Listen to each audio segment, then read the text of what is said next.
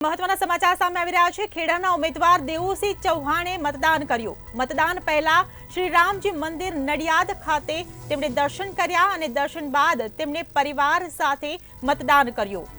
તો લોકશાહીનો જે પર્વ ઉજવાઈ રહ્યો છે તેમાં મોટી સંખ્યામાં મત મેળવી ભાજપ પ્રચંડ વિજય કરશે તેવો દેવુસિંહ ચૌહાણે આશાવાદ વ્યક્ત કર્યો છે। દેવુસિંહ ચૌહાણે પરિવાર સાથે આજે મતદાન કરીને પોતાના મતાધિકારનો ઉપયોગ કર્યો છે।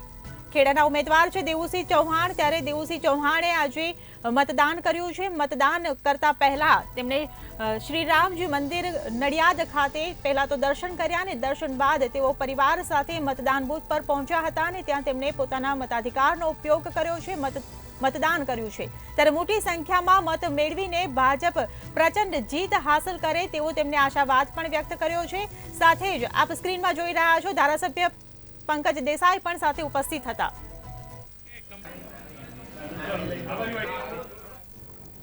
सौथी लोकशाही माटे पौराणिक धरती समग्र विश्व में लोकशाही जनक कही शकाय एवी आ भारतवर्षनी भूमि पर लोकसभा 2024 पवित्र अवसरे समग्र भारतवर्षना जनजनना नेता, विश्वना सौथी लोकप्रिय नेता, देशना आध्यात्मिक राष्ट्रपुरुष, तपस्वी प्रधानमंत्री आदरणीय नरेंद्र भाई मोदी साहेब ने त्रीजी वखत वडाप्रधान बनावा माटे ज्यारे समग्र देशनी जनता आशीर्वाद आपवा उमटी पड़ी है, त्यारे आजे खेड़ा लोकसभा में अमे पण अमारा परिवार साथे अमारा स्थानिक सीनियर धारासभ्य आदरणीय पंकजभाईनी साथे तेओना परिवारजन साथे आजे नडियाद खाते मतदान करवा उपस्थित थया छे। त्यारे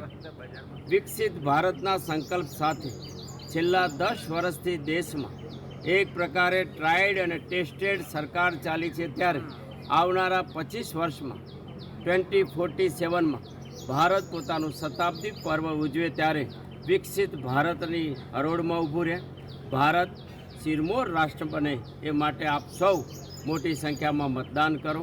अमे पण सौ मतदान करीने आव्या छीए अने आ यज्ञ में आप पण सहकार आपो ए सौने विनंती करूं छुं।